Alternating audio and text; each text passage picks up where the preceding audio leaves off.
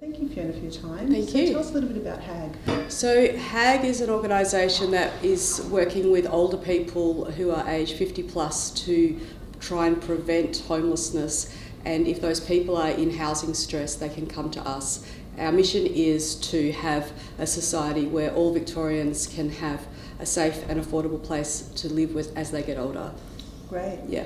I know that HAAG has quite a big diversity agenda. We do, yeah. Can you talk a little bit about the diversity initiatives that you run at HAAG? Yeah, so what we did in around 2015, we partnered with the Ethnic Communities Council of Victoria, and we looked at the census data. And the census data showed us that there were certain communities that had a high number of people who are aged 55 plus, who were speaking a language other than English at home, and who were in private rental.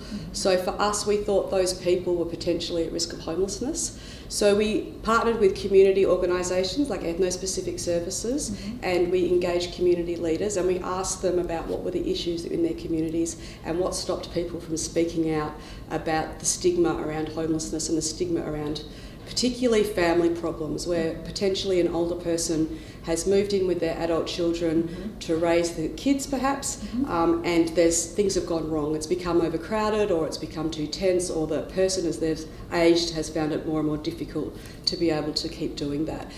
Sometimes these people may have been asked to leave by their adult children, and in that case it's very, very difficult to come and ask for help because you don't want to say that there's a problem at home. Right. So what we did was we asked the best way to talk about those really complex and stigmatised issues in those communities, and we came up with some stories. Through those stories we were able to gently raise the issues, and we had them translated into 10 languages. And then we made some films, and we trained bilingual workers to go out into the community groups and have a discussion around these issues. As a result on all of that work, our referrals to and from ethno-specific services and from those people increased by 375%. So it just went through the roof.